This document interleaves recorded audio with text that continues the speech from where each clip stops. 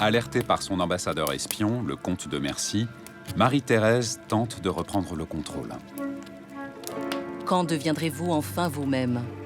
Une souveraine s'avilit en se parant, et encore plus si elle pousse cela à des sommes si considérables, et en quel temps? L'impératrice a d'autant plus de raisons de s'inquiéter que le couple royal n'a toujours pas d'enfant. En 7 ans, le mariage n'a pas encore été consommé. Le seul rôle d'une reine de France, c'est de donner un héritier à la couronne. Et donc, Marie-Thérèse craint que sa fille ne soit répudiée et que finalement, toute la clé de voûte de sa stratégie en France s'écroule. Si le mariage n'est toujours pas consommé, c'est que tout les oppose. Une sorte d'erreur de casting dans cette histoire. Ils s'opposent par leur goût, ils s'opposent par leur nature. Elle est très joviale et il est plutôt mélancolique, même dans leur corps. Hein. Lui, c'est un colosse d'1,96 m et elle, eh bien, elle est tout de grâce et de finesse. Les rumeurs se multiplient. Le roi souffrirait d'une anomalie anatomique ou serait intimidé par la personnalité décadente de la reine.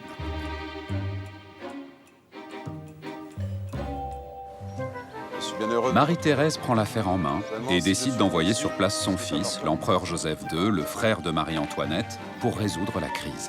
La question, c'est quand ? Une longue discussion avec le roi fait apparaître qu'il souffre d'un défaut majeur d'éducation sexuelle.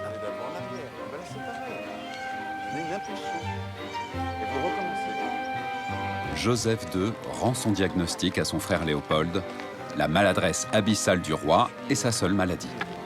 Il a des érections fortes, bien conditionnées. Il introduit le membre, reste là sans remuer 2 minutes peut-être, et se retire sans jamais décharger, toujours bandant, et souhaite le bonsoir. Ma sœur, avec cela, a peu de tempérament, et ils sont là 2 francs maladroits ensemble.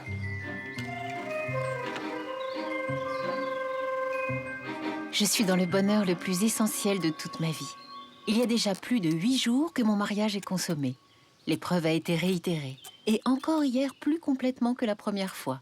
Je ne crois pas être grosse encore, mais au moins j'ai l'espérance de pouvoir l'être d'un moment à l'autre.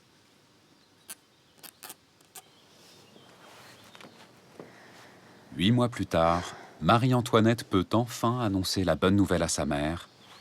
Elle est enceinte.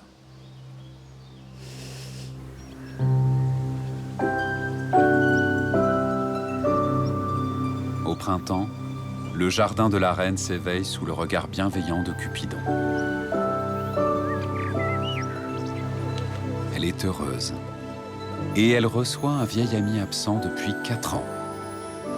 De retour en France, Axel de Fersen vient lui présenter ses hommages. Lorsqu'il est parti, elle était une dauphine sans importance. À son retour, elle est devenue reine. Il est toujours aussi beau, elle est toujours aussi belle. Et ils s'aiment toujours beaucoup. Très rapidement, la rumeur court qu'elle est amoureuse de lui. Le jardin est un décor de romance. Le théâtre idéal pour vivre les premiers émois d'une histoire d'amour. À Versailles, les rumeurs vont bon train, disant qu'elle est amoureuse de lui et qu'il est toujours avec elle. Elle a dû penser que s'il disparaissait quelques mois, cela ferait taire tous ses ragots. Elle ne se doutait pas qu'il repartirait pour si longtemps. Il s'engagera pour la guerre d'indépendance américaine et ne reviendra que 3 ans plus tard.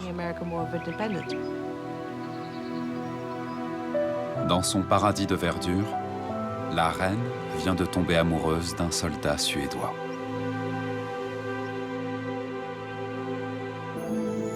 Le 19 décembre, c'est l'effervescence dans les couloirs de Versailles. Marie-Antoinette s'apprête à accoucher. Les courtisans se pressent à son chevet. C'est un accouchement en public, parce que dans une monarchie héréditaire, où le pouvoir se transmet par le sang, il fallait s'assurer à tout prix qu'il n'y ait pas substitution du nouveau-né à la naissance. C'est une petite fille, Marie-Thérèse, dite Madame Royale. Ce n'est pas l'héritier attendu. Et l'impératrice presse sa fille d'avoir aussitôt un autre enfant, un garçon cette fois. Un incident providentiel permet à la reine de souffler un peu. 4 mois après cette naissance, Marie-Antoinette tombe malade, elle commence à grelotter, elle a des aphtes, etc. Elle a la rougeole. Elle va à Trianon et elle s'entoure de ses gardes-malades un peu particuliers, c'est-à-dire ses favoris qui sont tout énamourés. Et de là vont naître les premières rumeurs d'infidélité. Parce qu'on se dit que finalement ces hommes qui sont seuls avec Marie-Antoinette à Trianon, ce ne sont pas seulement que des amis, c'est peut-être des amis un peu particuliers. Marie-Antoinette fait la sourde oreille. Lorsqu'elle actionne le mécanisme qui ferme son boudoir, elle attise la curiosité et les rumeurs s'affolent.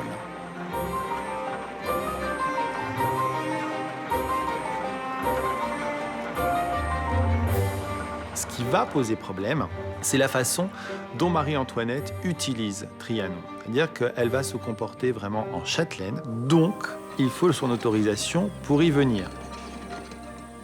C'est quand même le paradoxe. Versailles est un domaine ouvert à tous les vents, à tous ceux qui peuvent ou qui veulent y rentrer. Il suffit simplement d'avoir une épée et un chapeau. À Trianon, il faut le jeton de la reine. Le jeton de la reine, c'est une pièce que l'on présente au gardien qui vous autorise à pénétrer sur le domaine. Dans l'intimité de son domaine, Marie-Antoinette recrée une cour parallèle à celle de Versailles où l'étiquette est assouplie. Les invités sont choisis par affinité et non suivant leur rang. En gardant la noblesse à distance, Marie-Antoinette se referme sur elle-même. Pour elle, le monde se réduit à son domaine. Au final, on a une reine qui possède son propre château, qui en plus fait édicter des règlements de par la reine, alors que normalement c'est la prérogative du roi seul. Et la crise, elle provient en fait de cette bicéphalie de la cour. La haute noblesse voue maintenant une véritable haine à Marie-Antoinette et commence à diffuser des ragots obscènes sur la reine et Madame de Polignac. Elles auraient le vice allemand, c'est-à-dire qu'elles entretiendraient une relation lesbienne.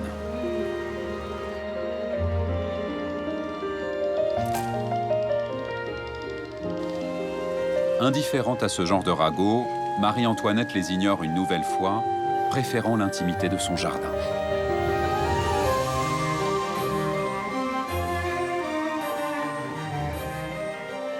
Par ce retour à la nature, Marie-Antoinette invente un style vestimentaire qui deviendra la signature du petit Trianon.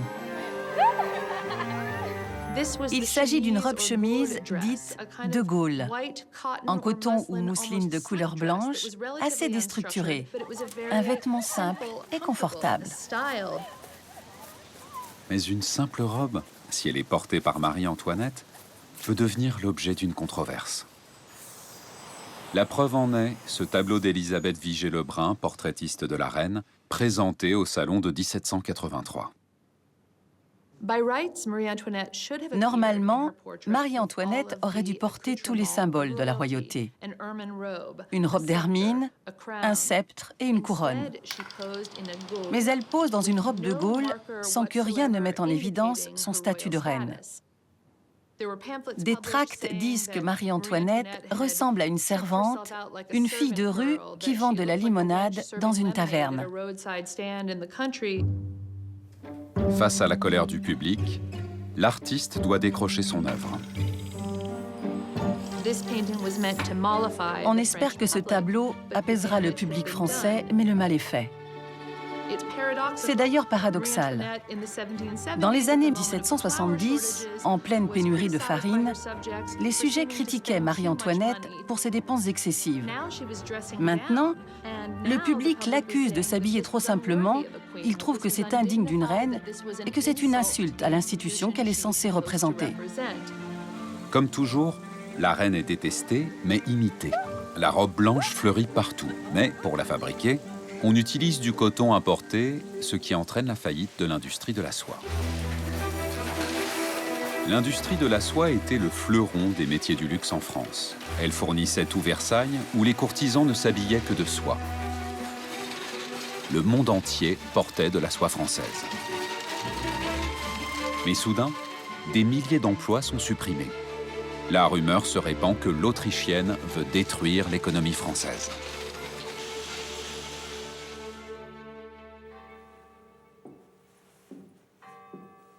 En 1780, la correspondance hebdomadaire en provenance de Vienne est stoppée net. Marie-Thérèse vient de mourir. Marie-Antoinette ne sera plus espionnée, mais elle perd son mentor.